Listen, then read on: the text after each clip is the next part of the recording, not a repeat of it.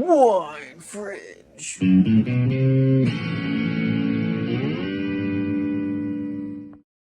Welcome back to Wine Fringe. Fridge? Welcome back to Wine Fringe. I'm Jill Smedley, and I'm with, Jake Blottinger. and we are with, Dustin Minor. Dustin's the owner of Nokesville Winery in Nokesville, which is one of my favorite things to tell people. Dustin, take it away. Hi, so I'm Dustin Minor. I'm the owner, winemaker. My wife and I both own this small little bit of property here in Nokesville. People don't know where Nokesville is. It's right outside of Manassas, in between Manassas and Fauquier County. So we're like right in the middle or in between city and country life. So we're on that fringe of right there between city and country life. It's the perfect blend. Like, you're close enough to major highways that you probably get a lot of traffic. Yeah, we do. I mean, we have one of the best sushi restaurants, I think, hands down, in the United States. 6 minutes up the street. Wow. You know what I mean? I'm always down for sushi. Yeah, exactly. So I mean, like that's what I tell people. Yes, you come out here, you don't really have many neighbors. You have animals, you have horses, you have all whatever you want. I mean, we obviously have vines, but then I have sushi, fantastic restaurants. 15 minutes away. Yeah, So, it's not a terrible drive to get here. No. Actually, there's a lot of things around here, like you're saying. But you're in a neighborhood. yeah. So I mean, you have 2 acres, 3 acres? so we have 5 acres here on property, Okay. but 2 acres of vines Mhm. that we grow here on property. And then we lease 3 acres out in Percival, and we have property out at Middleburg area, and then we get contract grapes from around from. Of course. So you're actually in a neighborhood. You've got a vineyard in your backyard. Your winery is right next to your house. That's one of the coolest things, I think. I feel like it's the truest expression of Virginia winemaking. Yeah, because it's literally in your backyard. See, I have to disagree with you because I think Virginia winemaking is, in the last 15, 20 years, has been people that have a lot of extra money that decided to want to have a hobby and start a winery. I think we're doing to the true roots of what Virginia farming and what American winemaking was back in the early 70s or even, 60s after Prohibition. We're bringing that back to me. It's like, your winemaker is the owner. Right. Everything is done on property by me. We outsource nothing except for fruit that we buy, but that's a typical Virginia winery. You know what I mean? You can't grow everything yourself. You should. Yeah, and you shouldn't. Things that grow well here in Nokesville, that's why we have property on Percival and then in the Middleburg area, because obviously it's different elevations, different climates. What we grow here is not what we can grow out in Percival or vice versa. But it's me doing it. It's because it's me giving the middle finger to some of these other bigger companies or, that company. I mean, literally right now, Virginia is becoming, I want to say California 10 years ago, where these companies are buying these wineries and they're marketing it because it's profitable when I just want to make great freaking wine. That's it. So before we dive more into this, because this is a topic that I love a lot, where did you start? So, all right, fast track of this. When I met my wife, I was working in Arlington, and I would drink beer and vodka. And then her friends would go out, this was, 20 years ago, to the country area to go to these wineries. And I didn't want to be by myself, so I was like, I'll go with you. And that's when I actually started drinking wine. The wine 20 years ago in Virginia, I actually thought was pretty fantastic then. I think it was a lot of passion. It was a lot of people that were really passionate about winemaking, and it wasn't a huge industry yet.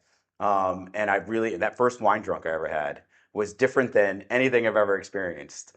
And once I started drinking wine, I started experimenting more, really getting into it, which is what we're drinking now is Sangiovese. Sangiovese was that first wine that shows that aha moment that wine and farming and art is one beautiful thing. And then from there, my wife and I bought this property about 12 years ago, and it's literally, a little less than 5 acres, and it's all grass. So I was like, well, I got to put something back there to look at. So I just planted some vines. The first couple of vines were Chamberson and Cayuga. Cayuga, I actually took cutlings from Connecticut. My ex-girlfriend's father owns a vineyard winery up there. Took some cutlings, planted down here, grew fantastic. Chamberson is just what I can get my hands on. And then when that started making, about 3 or 4 years later, when that started making grapes, I started making wine, and it was horrible. When you talk about wine and art, it is sometimes pretentious, especially the wine industry. It's very pretentious. But when you think about, there's some guy in a jail cell right now making wine in a toilet, right? And selling it in jail for cigarettes or whatever, whatever, right? Like it is not, don't be so freaking pretentious. It's a naturally occurring thing. You have sugary juice yeast is going to start fermenting, and whether it's good or bad, it's going to happen. And that's where I was like, why am I so bad at this? How do I get better? And that's when I just started doing more and experimenting more and reading more. And I got to the point where my reading and doing it was only so much. And that's when I met Jake through Chrysalis. And at that point, we had Chamberson, but I was like, I got huge into Norton, like obsessively into Norton. So I was buying vines from Jake from Chrysalis. And then this was 2021, and Chrysalis didn't have assistant winemaker. And Jake was like, hey, what are you doing? I'm like, I don't know. Wait. That's not how this. That's exactly how. He's a liar. Don't listen to him. He doesn't remember. Dustin bought vines from us at Chrysalis Vineyards, and I remember I think you emailed me, and I was like, okay, dude, whatever. And then you called me, and I was like, okay, yeah, come get the vines. And it was raining, and you picked up the vines, and I drove out there, and I was like, who is this guy? This is too much for me right now. I think it was like a Tuesday or something. Yeah. And so you couldn't have been ordering that many vines. It was not that big of an. It was like 25 vines. Yeah, but it was it was raining. It was probably coldish, and I was just grumpy because mornings are not my thing. You need to take a chill pill, friend. And so Prima donna. You drive out to the greenhouse with me. It's the hair. Drive out to the greenhouse with me, and I'm like, all right, here's your vines. And then we got to talking because you can't not talk to Dustin Minor at Nokesville because that's the whole thing that Jill and I both love about Nokesville. Because when you walk into your business, you immediately feel like you're my best friend. Yeah. Right. And every one of your staff members is like, oh, hey, I remember you. Right. I remember what wine you like. And I remember one time I was sitting inside of your tasting room, and I think it was your mom came by, and she just poured me more wine. Like, I didn't have to get up. She already knew what I had. And, the whole experience was just, I was at a family's place. Yeah. Right. And that's the vibe. And that was so you started talking to me about vines, and then I started talking to you more, and I stopped being grumpy, and it was selling vines, and then it was come please do harvest with me because I desperately needed help. Yeah. And then you filled the assistant winemaker position for a short period of time. It honestly wasn't enough. And then you carried that harvest. Because of the COVID. Because of COVID. You also said that you would work there in the morning and then drive all the way down to James River? Yeah, James River Cellar. So that's the one thing I do love about Virginia wine is that everyone needs help. You know what I mean? And people I would say most wineries are not afraid to ask for help when they need it. Hey, something broke or something like that. Hey, they know that. And I think everyone knows that when harvest, something happens that you need help with, and that we've all been there. And that when someone asked for help, so when he needed help, right? And I would work at Chrysalis, go work with him, and then come do my own harvest. Yeah. I just didn't sleep for 3.5 months. Sometimes the grind is worth it. It was very worth it. So you talked about how you kind of got into falling in love with wine. What made you start the winery itself? So, oh God, this is an arrogant story, but so when I was making homemade wine, and what I would do is I have a vast group of friends that are really into wine, that they've really helped me understand my palate. They've really helped me understand different varietals. And we would do what we called it's wine of the month, where we would pick, especially over COVID, where no one was allowed to hang out, and I'm doing air quotes, not that you could see. We would do wine parties where we would have a food and we would pair it with a certain type of varietal. So we go, hey, we're going to learn about, West Coast Bordeaux today, right? It's more Cab Sauv heavy. And we would just pair a wine with food with that, right? And we really dive into the nerd parts of that. And then what I would start doing is the wine that I was making, because they were blind too, because these were blind wine pairings or wine tastings. And I would just throw in a wine that I was making in there that would fit that style. How it compared. And see how it compared. I've been to a few of those parties. Yeah. And I remember you threw in your Norton once. Yeah. And yeah, we were doing Spanish Reds or something, and you threw your Norton in, and I was like, I was the only one in the room that knew it was Norton. Well, you should know. If you didn't know, it would be very sad. Yes. But it's that again, when you have 30 people trying, 30 different wines, right? And where else, I always like to say, where else, especially as a winemaker or someone else, you can try 30 different types of a single varietal, right? And really understand, and not only that, but you're in the way, I didn't know this at the time, but I was marketing like, hey, you 30 people, you love this type of wine. Well, that's the style of wine that I want to make, right? Why change something that's working? So when they were starting doing that, and then all my buddies were like, we go to other wineries, and they're like, dude, your wine's way better than this. And I'm not going to name the winery we were at, but the person was there, and he's like, don't even bother. Virginia wine, you're never going to make any money. You're never going to make anything quality. And I was like, watch this.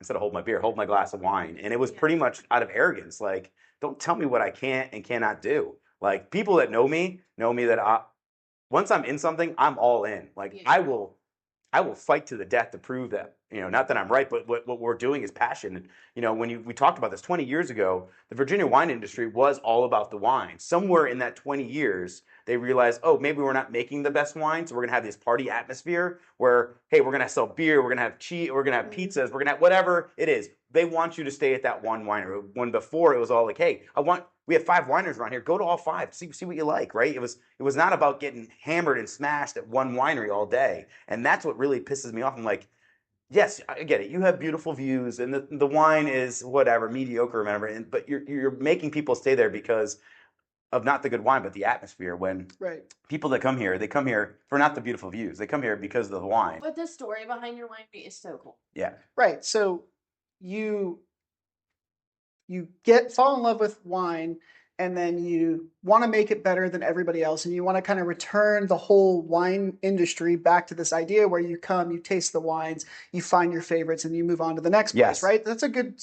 You take it home, you take it to your friends. Again, wine is meant to be shared with other people. You know what I mean? Is that it? Again, I love having a glass of wine by myself. There's nothing better sometimes after a very stressful day. But wine is that community. I mean, that's what wine was back in Italy, when it was made. It was communal wine, like the Egyptians. That's what it was about. You know what I mean? And it's not about just getting hammered. It's about literally that experiment that you have with food, wine, that art. It's beautiful. You're trying to build community, and that's evident by the way your tasting room staff acts and by your story right now, honestly.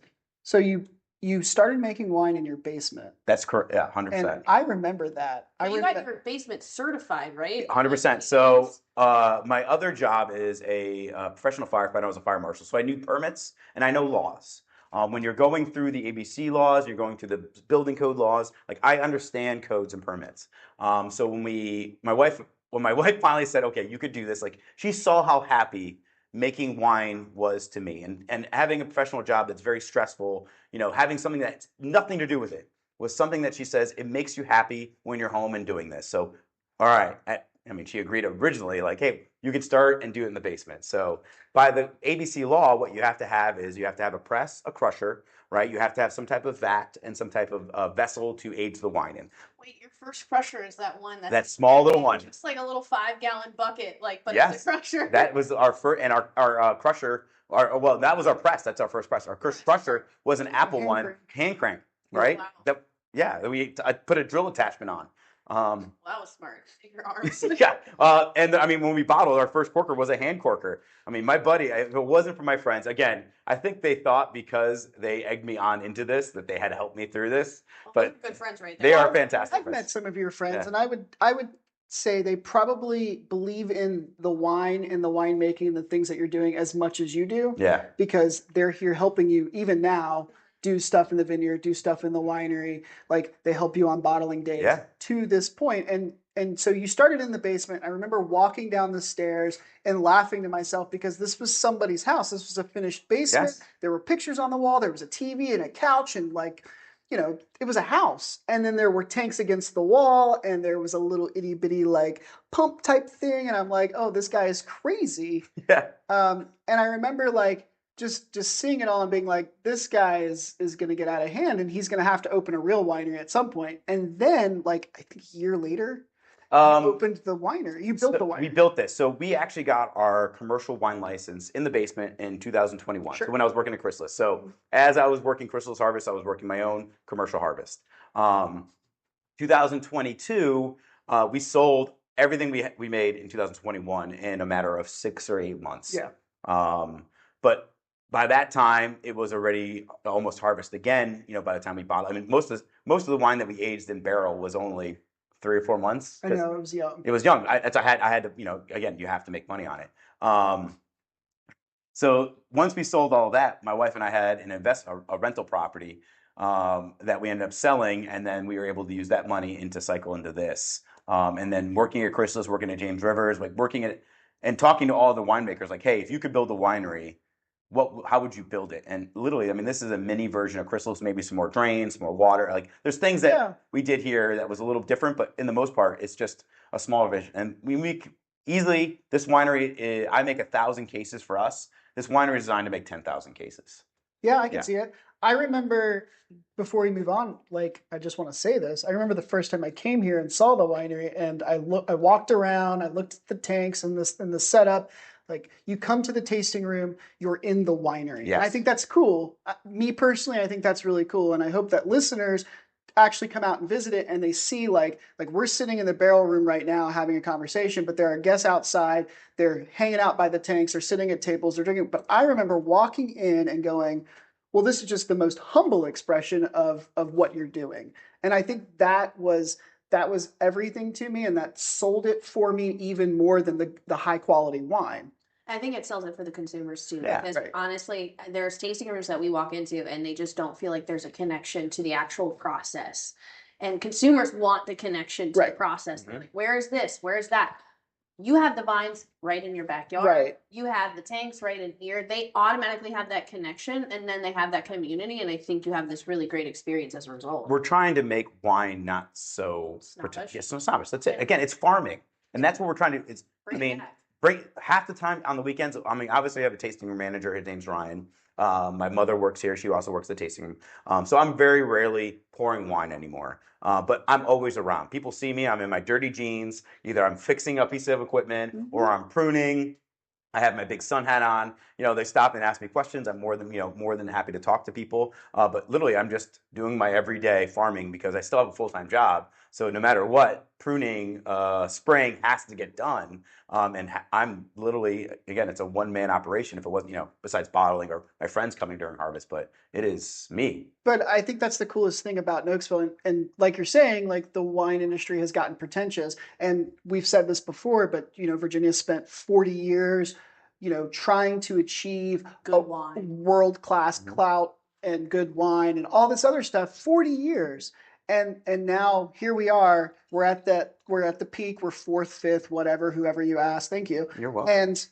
And now consumers are kind of over it, in my opinion. They don't want the pretentious tasting room with the suits and the name tags and the wine tasting. And they a lot of wineries complain. Oh yeah, people just come in, they get a flight, they go sit down, we don't talk to them.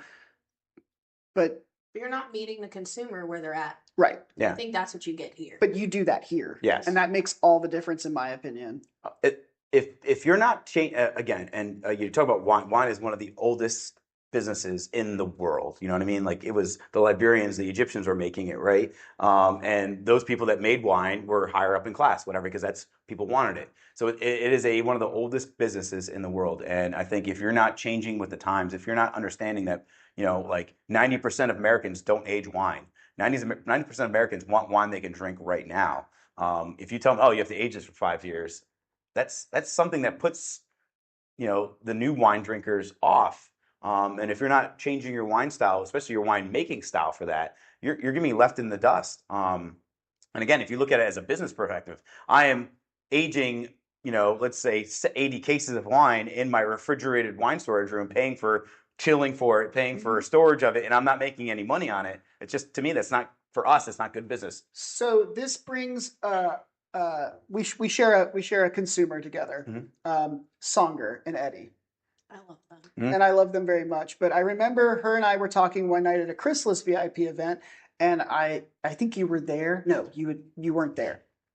And I was telling Songer, she's from like the Finger Lakes area in New York, and she kind of likes Cayuga. And she was like, have you ever heard of Cayuga? And I said, of course I've heard of it. It's one of my favorite varietals. And it's growing on me even more recently. But I remember she said, there's no good Cayuga in Virginia. And I said, of course there's not. It's Virginia. We don't need to grow a hybrid here. We can do other things. And then I paused and I said, wait a second, you should go visit Nokesville. And I think she did, like, the next day she drove to you and she walked in, she became a club member. She's member number 9. Member number 9. Yeah, so I think that's cool. And every time I see her at Chrysalis, she talks about Nokesville and how much she loves the Cayuga, and she brings me Cayuga, and I think she's brought you Cayuga before from the Finger Lakes. And my point to this story is that, like, Songer and Eddie are young. They like wine. They want to focus on the fun part. But her comment to me upon visiting Nokesville was how much she loved the community, how humble it was, how honest this place is, connecting with you, having these conversations with other customers in the tasting room and talking about these things. And she said it's not the typical Virginia wine experience. And that's we're going for exactly what you want. That's what we want. It's 100% what we want. Right. So we've talked about the experience. We've talked about the history. What do you grow? Yeah. What do you grow? Okay, so right here in our property, we have Norton. We have about a half acre of Norton. We have about a half acre of Cayuga, a half acre of Pinot Gris. And then the rest we have Tannat, Albarino, and we still have some Sangiovese out there. And that's about our 2 acres. We can grow about 3 acres here. My original plan was I'll be able to maintain it. The 2 acres alone was quite the shock to me of how much pruning, how much spraying, how much hands on the vine that I had to do. And when you're growing the grapes, making the wine, and then at that point I was still selling and pouring the wine, it was just overwhelming. It was too much. And still have a full-time job. Try to be a good husband. And a family. That I was like, this is just, it's not going to happen if I plant any more. So that's when we started looking for leasing property. We got to Percival. We have Petit Verdot out there, and then obviously we worked with the Jenny and Chrysalis. We get Albarino, Tannat, and then some extra Norton from there. So that concept was a lot better. I mean, obviously paying more money for someone else to maintain your vines, even though like the property out in Percival, we technically own it. It's our lease. We just pay a company that comes out and then prunes and sprays, and we work, I go out there, I test the grapes, or I go, hey, but pretty much the company they're pretty good. And the owners of the actual property that live there, it's a partnership, you know what I mean? Because I'm paying them for lease property, Sure. and it's a good, but again, it keeps my sanity. I could stay, obviously I could do a little more, especially in 2023. But you've got a full-time job and a family. Yes. It's hard to maintain those things. There's no judgment here. Yeah. So you've got about 5 acres total that you're farming from. Yes. And you're sourcing fruit locally. You're keeping everything kind of within Virginia, but you're still bringing in some things from out of state because those are the things that you like and you love. Yes. What is your biggest heartache in the industry right now? Like if you had to say, like, this is the one thing that I struggle with, or I'm trying to get through to the wine industry, what would that be? Well, let's talk about consumers. When consumers come in and they only say, hey, do you have any Cab Sauves? Or do you have any Chardonnays? I think Virginia wine consumers, talking with other people in the industry throughout the country or the world, Virginia wine consumers are more willing to try a different varietal and try something new compared to people that are set in their stones. Like, hey, I only drink California Cab Sauves, or I only drink Bordeaux blends, or only drink Chardonnays, right? Or hey, do you have anything buttery, like buttery whites? I think when you come here and when you have Sangiovese, you have Tannat, you have Norton, you have Cayuga on it, you have Virginia Pinot Gris. We make Pinot Grigio here from our grapes, right? And people are like, what Pinot? Like, it's just having people step out of that comfort zone to try other wine and give it a shot, because just because you like one thing doesn't mean you're not going to like other things. And that's my biggest heartache when we first started pouring Norton. When we first opened up the tasting room and we had all these beautiful wines in the lineup, right? Obviously Norton's a passion of mine.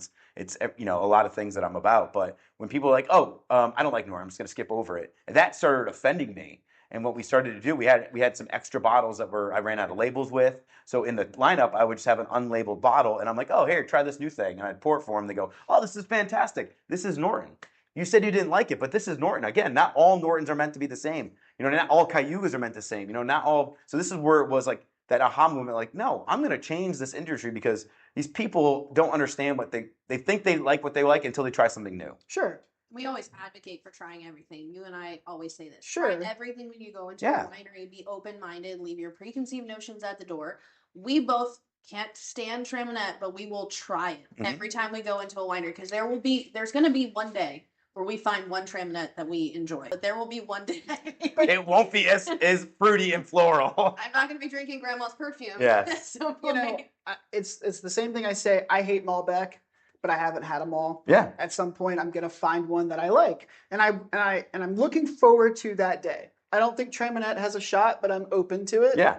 All right. So we've talked about your heartache. So what is your, in the cellar, you're working on something, what is the one grape varietal wine style kind of thing that you're most passionate about? Like you get super excited when that fruit comes to the cellar. What is that variety? I was gonna say it's Norton. It's Norton, hands down. It's gonna be. When I first had a Norton that was life changing, and it probably was at Crystal. I don't even remember where it was. It's okay. You don't have to. I don't remember where it was. All right. But again, this is where, when I talk to my kids trying new things, right? Where I went out, tried something new, I was like, what is this grape? Like what? Right. And then you read the story about it and the passion that Dr. Norton had and the tragedy, you know what I mean? It is a varietal that when you really think about it is timeless and it is the wine industry, you know what I mean? It was built out of tragedy. And I love it. I love when people try our Norton and they go, "Oh, this is really good." I go, really good. And that's something that I take such pride in. That varietal when it comes in. Now that and Cayuga, like Cayuga is our white version of that, right? Now I love when Cayuga comes in, but I also hate it because it takes forever to clean. It just gunks everything up. It's a hybrid. It's a hybrid. But even Norton is not as bad as Cayuga. Yeah, I think, and we haven't done an episode on Norton. But it's going to happen. It's going to have to. I'm sorry, listeners. Don't be sorry. It's fantastic. I think Dustin should be back on for that one. I have worked with natives and hybrids and vinifera, and you have too at this point, actually. The winemaking processes between the three are dynamic, right? Yeah. So you're working with vinifera and all you can think is how easy this is to make wine. Yes. Right? You work with a native and you're like, why is this so frustrating? And then you work with something like Norton and you're like, the chemistry doesn't make sense. The winemaking process, like, am I doing this right? What are we What you're tasting now is not what it's going to taste like. You have to understand that. And I remember working with Norton for the first time and going, what the hell am I doing? I'm screwing this up. And similar reaction? Yeah. Yes, 100%. Because again, when the fruit comes in and the chemistry like this, these numbers don't make sense. The fruit does taste fantastic. It does. Right? It's something that you have to have faith and trust in and know, again, growing in the vineyard. Like if I can just have Norton Cayuga back there, I don't want to say, again, you still have to be hands-on. But in 2024, when we ran out of water, when the heat spikes, those two vines did outstanding. Right. Our Pinot Gris suffered, our Tannat suffered, you know what I mean? Our Albarino suffered, but those two just thrived for some odd reason. They did it. It's not an odd reason. They're hybrids, and they're designed to do that. Yeah. And that's kind of the takeaway from the first episode, right? Is like hybrids fill a void in the wine industry. It's usually climate or pests or simpler winemaking, things like that, right? That's what checks the box there is hybrids. And we've talked about this too, is do hybrids have a future? My opinion is they're always only ever going to be on the horizon. Nobody will ever get it right. That said, at least in our lifetime. That was a discussion we had. Yeah, at least in our lifetime. I think, again, you talk about Cab Sauv as a hybrid. Sure. People don't think about that. No, they just associate it because it's one of those brand names. Yeah, 100%. It's that changing of people's mind. You know what I mean? When I could grow it easily, and I understand why other winemakers don't want to make Norton, don't want to make Cayuga, because it is, yes, again, very easy to grow in the vineyard, right? Like if I could just grow all that, I would have a wonderful summer, wonderful harvest. Again, I'd be a lot less stressed. But when you bring it in, those are very tough varietals to make quality wine with. And if you're a lazy winemaker, if you're not in your game, if you're not understanding acids and you're not understanding tannins and profiles and mouthfeel, and if you just take a Cab Sauv and you process it, right, it's probably going to make fantastic. It's probably going to be good. Yeah. Give or take, you know what I mean? It's a vinifera, right? If it's harder to grow, it's easier to make wine out of, right? When hybrid grapes are easier to grow, harder to make wine. So it's the opposite end of it. And I think, so my experience with working with hybrids and Norton is you just kind of have to trust the science. You have to kind of do what you're doing and just insist that it's going to be good and really good later. Yeah. That's where I'm at. So. All right. Well, thank you, Dustin. It's been a pleasure talking to you. But before we wrap up today, let's talk about the wines that we're drinking. Okay. And let's deep dive into it because you said there's some fun science behind these. Yes. All right. So we have Cayuga White here. So the Cayuga obviously is one of our older vines in the vineyard. So when people that grow Cayuga or even make it, right, they usually tend to pick it a little earlier because they say it has this bitter mid-palate notes. Here in Nokesville, because again, we get very little rain most years, and it is constant. Like there is no shade. When you come here, we have to actually put umbrellas up because we don't have any tree. It is just flat, sunny land, which I didn't know, but Cayuga just loves. I mean, and they can go almost drought resistant and they're still going to thrive. So we pick ours around 21 bricks. I mean, the pH on it during picking is anywhere from 3.2 to 3.3. Fantastic every year. The TA is always like in the 8s, but I love acid, so it's a fantastic wine. It's a workhorse. It is, I mean, obviously, it is let's say our Pinot Gris will take about an hour after, maybe 2 hours of cleanup after processing. Cayuga is about 5 hours after processing. But I think the Cayuga, because you whole cluster press it, right? We actually crush and destem it. Crush and destem. And the reason why is I want to try whole clustering is just because we can get more in the press, so do more press loads. It is not a matter of, again, flavor profile. It's more of, hey, we have to go through 2.5 tons. Our press is a hydro press. It only does about a half a ton, a quarter a ton. You know what I mean? It's a baby. Yeah, it's a baby. It's a small press. I mean, again, we're a small little operation here. So just to get more in the press, I crush and destem it. So that's what we're doing with the white. It's not out of so you crush and destem, and then you press it off. Yep. And then you ferment it. Average time 10 days, 14 days. Yeah, we keep it 58 degrees with the glycol chiller. Yep. 58 degrees. Never go. Actually, I let it get up to 65 initially. Pitch the yeast, and then I'll bring it back down to 58. I'll bring down 2 degrees at a time. And it's usually about a 7-10 day fermentation. Okay. Yeah. And then any specific winemaking practices other than the destem into press kind of? So originally I was doing bentonite up front. Uh-huh. I thought it actually stripped some of I like the tart at finish. At the end. So I stopped using bentonite up front. I mean, obviously we do it just like a regular. Once it's in tank, we treat it like any other wine in the wet. We add maybe a little more bentonite addition when we're fining to it because it needs it. I've noticed that it has a little more protein haze compared to our Albarino or Pinot Gris. So hybrids are known to have more protein. So if you're not using enzymes, yeah.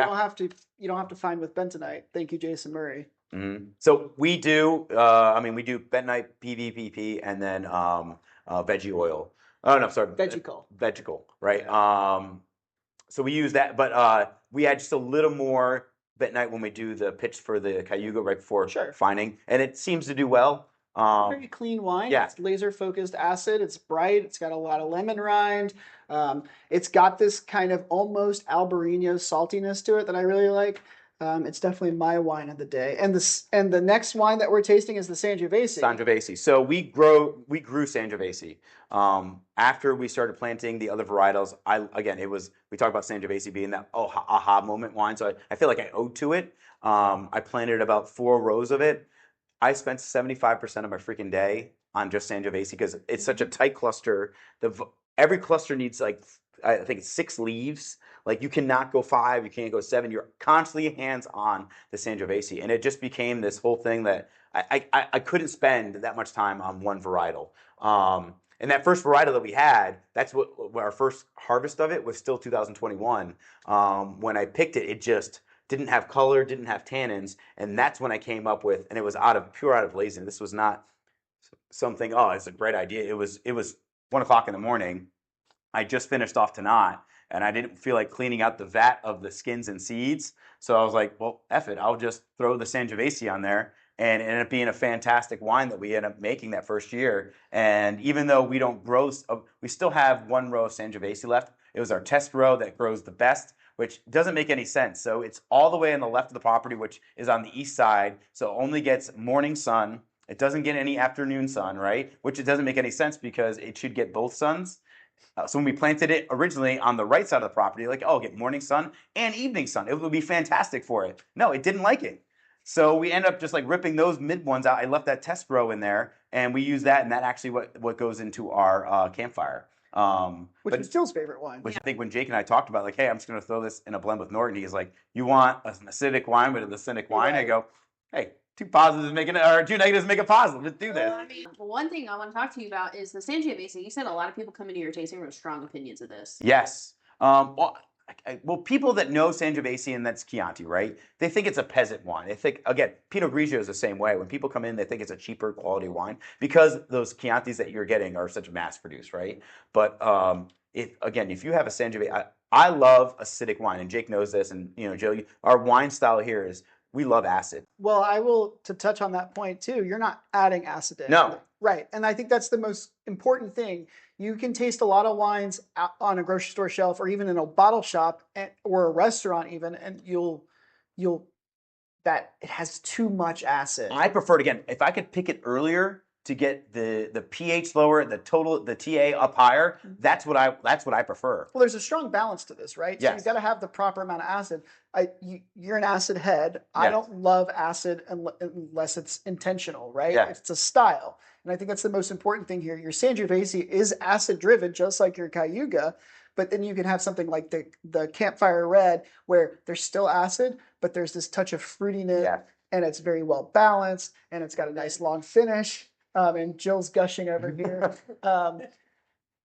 I think you do acid well, and you're not adding it. And I think that's the only thing I want consumers and listeners to take away from this is like, acid's not always my thing, but it's very intentional here at Nokesville, and it works. It works very well. It just brings out that that taste buds. It's something, again, if you have, and I'll tell you, Pinot Noir. I freaking hate Pinot Noir. It is what I call my grandfather's. It's church wine, right? To me, it's just boring, and it's just there. And I get it. That's what that grape is meant to be, right? Like, it's just not exciting to me in any possible way. When I have something that opens up your taste buds, and then when you pair it with food, it's something that just, it's a whole different level of experience and art that I love. And I truly, again, I'm an acid freak. Like, I prefer a low alcoholic wine, if I could pick it earlier, to get the better acid. I'll balance that out than a higher alcohol, 14%, 14.5%, right? That is just, to me, again. It's that flabby argument that I talked about. Yeah. So Jill, I know you're looking at Nokesville's labels. You've been here. What is your takeaway from a marketing perspective? I think it's a nice, clean label.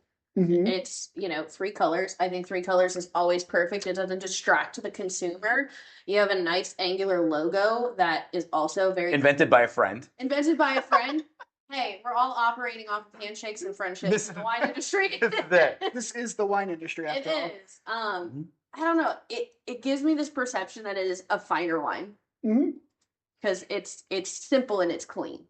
So, Dustin, you don't use capsules. Nope. One, they do absolutely nothing. And again, if I could save money to make a more affordable bottle of wine for consumer, right? A capsule, sure, it's 5 cents or whatever, how many cents per capsule, right? But if you're talking about over the course of 1,000 cases, right? That's a lot of money that I can go, hey, now we get. But also, I pay very good money for a dime cork. Like, I love my dime corks, and I have my logos on it. Why do I want to cover that up? And capsules do absolutely nothing for the wine. I bring this up because it's a fringy topic, right? The old world, loves their capsules. I hate capsules. I think more of the wine industry should move to just the bare bone cork or screw cap. But Jill, you're the marketing person here. What is your take on not using capsules? I love not using capsules. To me, it's one less thing that could impact the environment negatively. Yeah. It's like, why would we be producing something extra just for that sake? It doesn't do anything for the wine? It doesn't do anything. Absolutely nothing. It does not, and please hear me, there is no scientific evidence that proves that a capsule will help a wine cellar better. That's all bullshit. Yeah, it's lies. So buy wine without capsules on it. Yes. But for Dustin's package here at Nokesville, like the no capsule, you come to the cellar, you see the vineyard, you see, you're in the backyard of a person's home, and you're in their cellar, and then you get this bottle of wine without a capsule. I think this is the coolest thing because you take this bottle home, there's no capsule, and it sells that idea of being humble and honest and transparent. And you're just seeing that cork with the cool branding. It's intentional 360. Yeah. Yeah. And so I don't think it was ever meant to be that way. It's just taking again, it on with it. This is marketing. You want to talk about it's intentional. Honesty?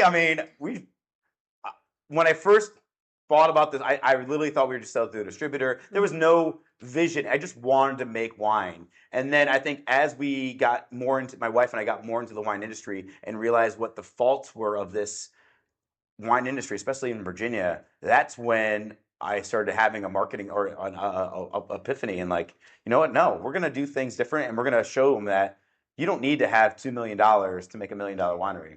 You know, you and I talk about this again all the time, where you go into these bigger wineries and it's this brand name experience, right? Everybody's doing tastings pretty much the same way. Yeah. Everybody's doing flights. Everybody has, for the most part, an interchangeable experience. And because the wine industry is going the way it is, and you know, no low alcohol is a big part of our trends now. You guys get to experience that later episodes. These will not be a part of that episode. Have these huge facilities and they have this big center. They're going to end up, I'm sorry, I'm going to say the unpopular fringy thing. They're going to end up dying out. Yeah. Versus the producer that's smaller and has been more intentional about just focusing on the wine and not making it big and selling out. And you make your production very low. Yeah. So that way you sell out pretty much every year. We, by the end of the year, we're bottling what's next. It's more of a business mindset. It, you know, like you said, people don't save wine like they used to save wine. And we're not storing it. So why would you make wine like we did in the past, where you're going to have the storage mindset? It needs to be the now mindset. Yes. At least for right now.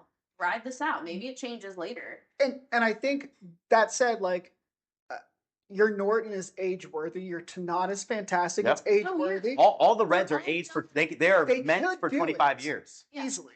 But and this is, I remember the first time I took one of your bottles of wine home. I think you dropped it off at the winery. I took it home. I opened it, and I remember tasting your Norton, and I said, I texted you, and I was like, Dustin, this is the most drinkable Norton right out of the bottle, and I think it had been in a bottle for 6 months. Yeah, or maybe not even. Most of the wine you get it's been bottled only about a month. Yeah, I only give it that month to go. Hey, all right, let the thing do its thing. But that's the biggest thing too. Is like, if you want to get into wine, if you want to learn about wine in a comfortable atmosphere where you're not going to be judged for not knowing things or understanding wine and how to taste and how to sip and stuff, like, come to Nokesville. I'm confident because all the wines are, and I don't mean this in a negative way, but there's this introductory level of wine that is very good for consumers to get a feel with.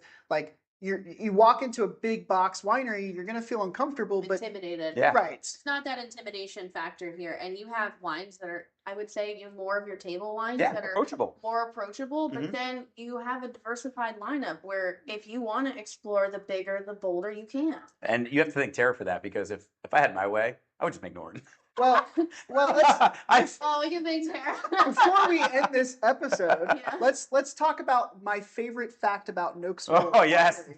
Who actually owns Nokesville Winery? My wife actually owns every bit of Nokesville Winery, and that's just so when this first started, and this is a very funny story. So when we in the basement, we get all our building permits, we passed the TTB, everything else. It was the final inspection for the ABC, and our ABC agent came by, and she's walking around. She sees the press. We go over everything, and she starts laughing. She goes, check, check, check, check, check. And then she saw in our basement, we have a bunch of my other work memorabilia. Like, you know, I have my fire gear. I was also a fire marshal, so I was law enforcement. At the time, I actually had a law enforcement vehicle out there. She goes, I have a question to ask you. I go, sure. She goes, you're law enforcement. I go, yeah, so you have police powers. 100%, I can arrest people. She goes, you can't have an ABC license. Nowhere on the application did it say that it is a conflict of interest for someone that can arrest for DUIs or can arrest for those things, that can't have it. And then come to find out that I wasn't allowed to. So this was. So you weren't allowed to have a winery. No. And this, I remember you telling me, like, oh my God. I had to leave. It was Friday. I was at Chrysalis during the day. I had to leave early because she would come to do my inspection. Right. Harvest was literally starting on Monday. Like, this was Friday. We pushed, like, hey, we got to get everything done by Monday. She looked at me, and this was probably like, I think we were the last inspection of the day, so 5:30, 6 o'clock at night. She goes, how much do you trust your wife? I go, well, we've been married for so long. You know, I love her. She goes, well, you need to sell everything to her. So then we called our accountant. Literally right after that, he was still at the office, and I sold everything to Tara for $1. And she technically owns the winery, everything. She owns it all. So you are the employee. I'm not even an employee. Wow. So The only employees we have is our tasting room manager, Ryan, and then we have our 2 kids that they're technically employees because of the farm. So we have 3 employees for the winery. I don't get paid. I don't make a salary. Obviously, now that I'm no longer a fire marshal, I can always get it back. Sure. But at this point, it's, She owns she owns, yeah, no, she doesn't. My wife and I have a very fun relationship on this. It's She could fire you. 100% she could, yes. She could take everything. Awesome. She could sell it. Tara, don't fire Dustin. You don't fire Dustin. But we love you more, Tara. Yes. Keep letting us do things. All right, Jill, do you have anything else for Dustin? I don't have anything else. All we want to say is thank you so much for your kindness for letting us have the launch party here. I'm excited for it. Doing a tasting of your beautiful wines with us, and then just hanging out, talking to us, and telling us your story. Yeah, I mean, if it wasn't, I always like to say Chrysalis is like the big sister company to us. And without Jake and without Terry, a huge thank you to Terry. Wow, Terry gets a shout out. And obviously, Jenny's a huge part of this. But if it wasn't for Jake, Terry, and then Jill, when I met you 2 years ago, really helping out with our marketing, really helping, because there's a lot of, again, when you're a small business, and there's a lot of things that I was not good at that you all helped me with. And if it wasn't, for you guys, there's no way we'd be hopefully getting too successful as we're going to be. And, we have a vision, and, we have a 5, 10, 15, we have a 100-year goal. And even though we're at year 4, we're at already our goal for year 10. That's insane. Yeah. Everything's done so intentionally, as we said. Don't cry, Joe. Okay, shush. I'm not getting so. We only had 2 glasses of wine. We have to have more wine in first. All right. Well, on this episode of Wine Fringe, we had the pleasure of talking to Dustin Minor and visiting Nokesville Winery. Hanging out at Nokesville. Yeah. And with Dustin Minor. And with, what are you saying? And where's Tara? I know. Doing kid stuff. Oh, perfect. All right. Well, this is Wine Fringe. I'm Jill Smedley. Jake Blottinger. And we'll see you next time.